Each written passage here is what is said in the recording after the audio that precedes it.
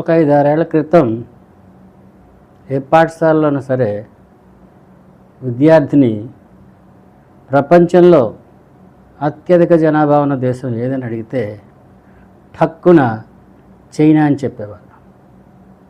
కానీ 2023 తర్వాత అదే ప్రశ్న వేస్తే వచ్చే జవాబు ఏంటంటే ప్రపంచంలో అత్యధిక జనాభా ఉన్న దేశం భారతదేశం. ఎందులోనైనా ప్రథమ స్థానం సంపాదించలేకపోయినా అధిక జనాభాలో మటుకు మన దేశం అగ్రస్థానంలో ఉంది. ప్రస్తుతం మన దేశ జనాభా సుమారు 147 కోట్లు, అంటే చాలా ఎక్కువ జనాభా అన్నమాట. భారతదేశం యొక్క అధిక జనాభా అన్నది మన దేశ అభివృద్ధికి వరమా శాపమా ఆలోచిద్దాం. స్వాతంత్రం వచ్చిన తొలినాళ్లలో భారతదేశంలో తగిన సంపద లేదు. మన దేశ సంపదను అంతటినీ కూడా బ్రిటిష్ వాళ్ళు తమ దేశానికి తరలించుకుపోయి పీల్చి పిప్పి చేసి ఖాళీ ఖజానాతో మన దేశానికి స్వతంత్రం ఇచ్చారు. ఆ కాలంలో అంటే స్వతంత్రం వచ్చిన తొలినాళ్లలో మన దేశంలో పరిశ్రమలు లేవు. వ్యవసాయ రంగం చాలా వెనుకబడి ఉంది. అలాగే నిరుద్యోగ సమస్య కూడా విలయతాండవం చేస్తోంది. వెరసి భారతదేశం కడు బీదరాలుగా ప్రపంచం ముందర నిలబడింది. ఆ పరిస్థితుల్లో మన దేశానికి జనాభా నియంత్రణ అంటే పాపులేషన్ కంట్రోల్ అనేది అనేక సమస్యలకి సరైన పరిష్కార మార్గంగా తోచింది. అయితే నేటి పరిస్థితుల్లో భారతదేశం ఎలా ఉంది? నదీ జలాలన్నీ కూడా పంట పొలాలకి తరలించబడ్డాయి. దేశం సస్యశ్యామలమైంది. అలాగే పెద్ద పెద్ద ప్రభుత్వ రంగంలో, అలాగే ప్రైవేట్ రంగంలో అనేక భారీ పరిశ్రమలు స్థాపించబడ్డాయి. దీనివల్ల చాలామంది ప్రజలకి ఉద్యోగ ఉపాధి అవకాశాలు కల్పించబడ్డాయి. అలాగే భారతదేశంలో విద్యావంతుల సంఖ్య కూడా చాలా పెరిగింది. ప్రపంచం అంతా కూడా ఐటీ రంగం వల్ల ఒక గ్లోబలైజ్ అయ్యి అతి దగ్గరగా అయ్యింది. ఈ పర్యవసానాల వల్ల భారతదేశంలో తినే నోళ్లతో పాటు పనిచేసే చేతులు, ఆలోచించే బుర్రలు కూడా పెరిగాయి. ప్రస్తుతం ప్రపంచంలో అత్యధిక శాతం యువత ఉన్న దేశం మన భారతదేశమే.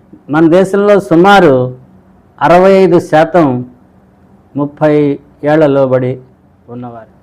నేటి ప్రపంచ పటంలో చూస్తే అభివృద్ధి చెందిన దేశాల్లో చైనా కానీ, జపాన్ కానీ, అమెరికా కానీ, పాశ్చాత్య దేశాలు కానీ, ఆ దేశాల్లో ముసలివారి సంఖ్య ఎక్కువైపోయింది. పనిచేసేవారి సంఖ్య చాలా తక్కువగా ఉంది. అందుమూలాన్ని పనిచేసే యువత దొరక్క ఆ దేశాలు చాలా ఇబ్బంది పడుతున్నాయి. అదే మన దేశానికి వస్తే మన దేశంలో చదువుకున్న, తెలివైన, కష్టపడి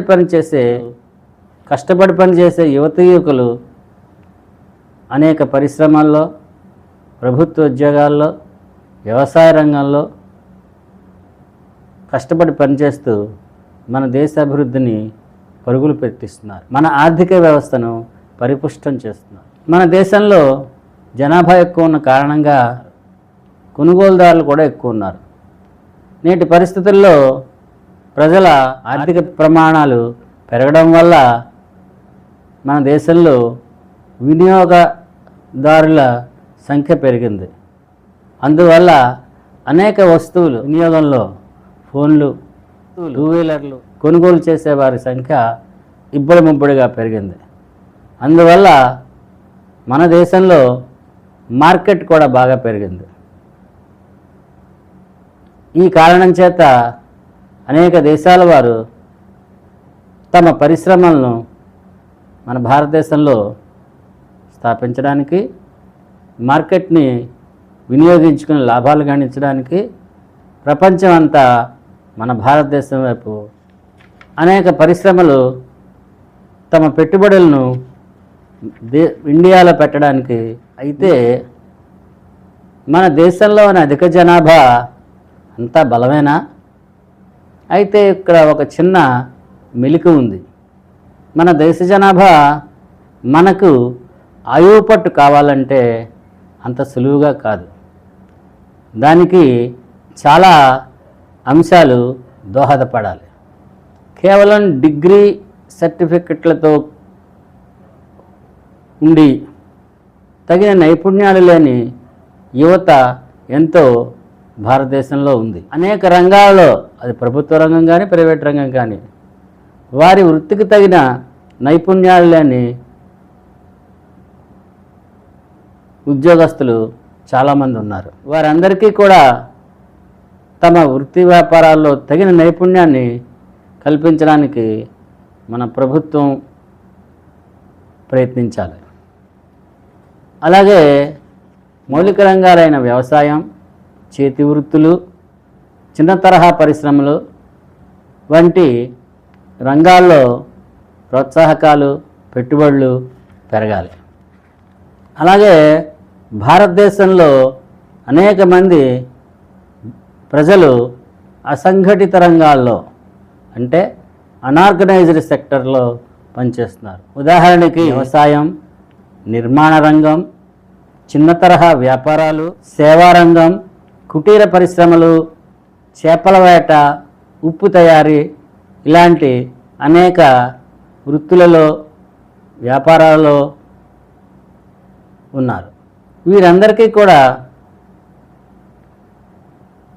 ఆర్గనైజ్డ్ సెక్టార్లో ఉన్నట్లుగా అన్ని సదుపాయాలు కల్పించి, అంటే జీవిత బీమా, పెన్షను, కనీస వేతనం, ఇలాంటి సదుపాయాలన్నీ కల్పించి వారిని పరిపుష్టం చేస్తే భారతదేశంలో అనేక మంది ప్రజలు తగిన ఉపాధి అవకాశాలు పొందుతారు. గ్రామీణ ప్రాంతాల్లో ఉత్పత్తి అయ్యే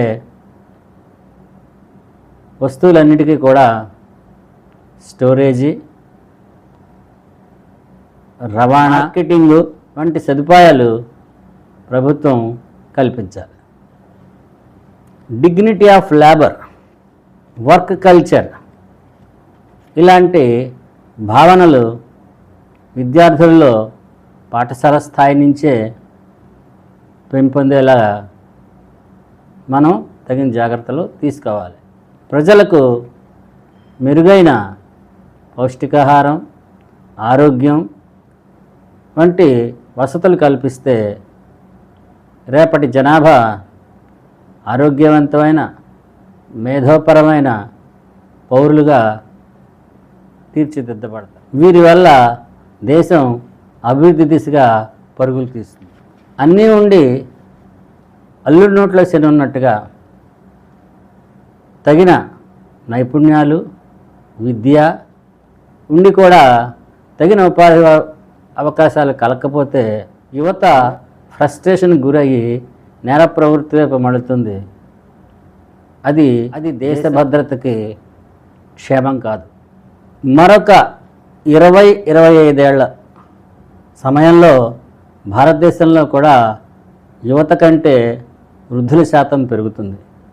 దీనివల్ల పనిచేసేవారి కంటే ఆధారపడేవారి సంఖ్య బాగా పెరుగుతుంది. అలా దేశ జనాభా తగినంతగా పెరగాలి. దేశ జనాభా తగ్గకుండా ఉండాలంటే పెరుగుదల రేటు కనీసం 2.1% ఉండాలని విశ్లేషకులు, రాజనీతిజ్ఞులు సూచిస్తున్నారు. దీనికోసం భవిష్యత్తులో దేశాభివృద్ధి తగినంతగా జనాభా ఉండడానికి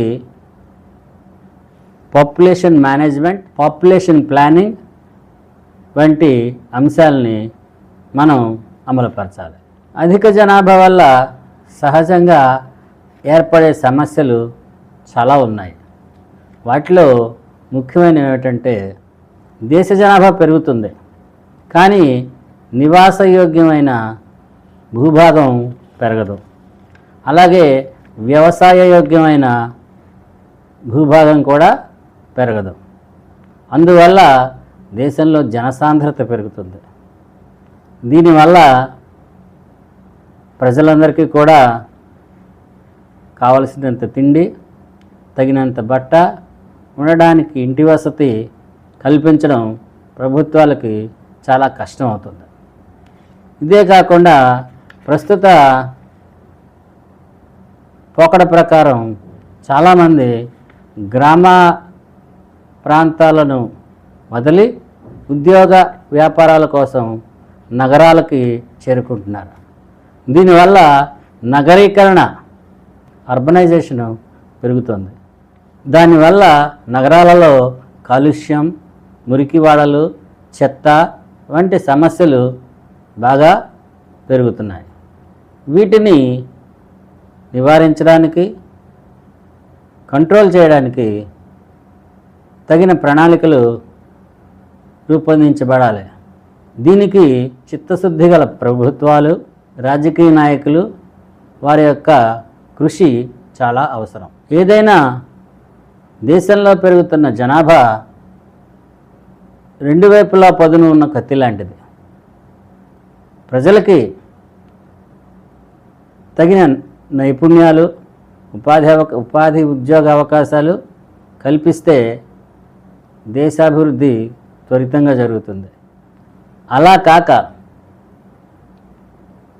కేవలం ఉచితాలు పంచుకుంటూ పోతే దేశ ఆర్థిక వ్యవస్థ గుదిబండగా మెడకు చుట్టుకుని దేశ అభివృద్ధిలో ఆటంకం కల్పిస్తుంది. దీనివల్ల దేశ జనాభాని ఉత్పాదక శక్తిగా పెంచుకోవాలా, లేక నిరర్ధక వ్యర్థంగా తయారు చేసుకోవాలా అన్నది మన చేతిలోనే ఉంది. Choice is ours. ఈ వీడియో మీకు నచ్చితే లైక్ చేయండి, షేర్ చేయండి, కామెంట్ చేయండి. ఇట్లు మీ ఈఎస్ భాస్కర్.